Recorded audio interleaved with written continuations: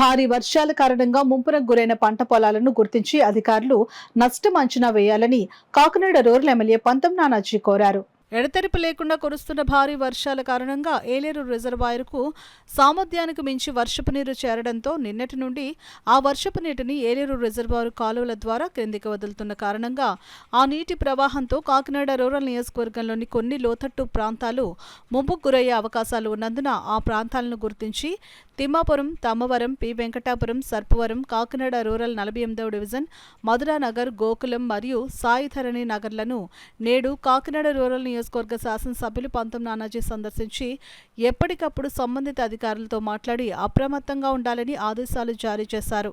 అలాగే ముంపు ప్రాంతాల ప్రజలను కూడా అప్రమత్తంగా ఉండాలని సూచించారు. ప్రభుత్వం ప్రజలకు కావలసిన వసతులు కల్పించడానికి సిద్ధంగా ఉందని ప్రజలకు ధైర్యాన్ని ఇవ్వడం జరిగింది. ఈ కార్యక్రమంలో జనసేన, టీడీపీ, బీజేపీ పార్టీల నాయకులు, కార్యకర్తలు, జన సైనికులు, వీర మహిళలు తదితరులు పాల్గొన్నారు. ఏలేరు రిజర్వాయర్ మన ఇరిగేషన్కి పనికొచ్చేటువంటి రిజర్వాయర్, అది దాని కెపాసిటీ 24.11 టీఎంసీ అయితే ఇప్పుడు యాజ్ ఆఫ్ నౌ 22.50 రీచ్ అయి ఉంది. కాబట్టి అది కొంచెం ఎప్పుడొచ్చి నీరు అప్పుడు వదిలేసి అవసరం ఉంది. అధికారులు చెప్తా ఉన్నారు ఇంట్లో 24,000 క్యూసెక్లు ఉందని చెప్తా ఉన్నారు. సుమారుగా 24 క్యూసెక్లు కూడా వదిలేసే పరిస్థితి ఉంది. ఇప్పుడు ఆల్రెడీ 12,500 క్యూసెక్లు వదలడం జరిగింది.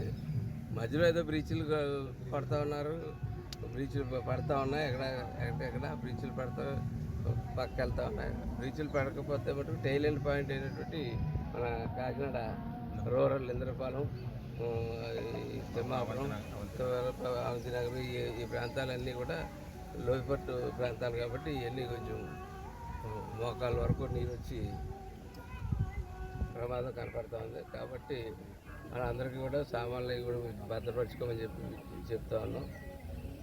ఇప్పుడు ఆల్రెడీ 12,500 క్యూసెక్లు 10 గంటలకి ఉదయం 10 గంటలకు రిలీజ్ చేయడం జరిగింది.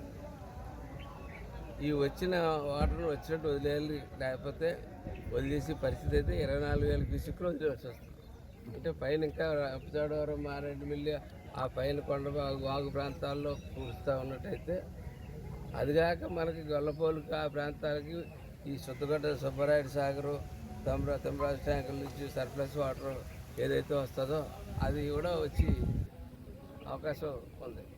కాబట్టి పెద్దాపురం, దబ్బకాలం నుండి సామలకోట, వీకే రాయపురం, ఇంద్రపాలెం, ఏపీ త్రయం, పెక్కవల్లి నుండి జగన్నాథపురం పుట్టే ద్వారా వచ్చి సముద్రంలో కలుస్తాయి.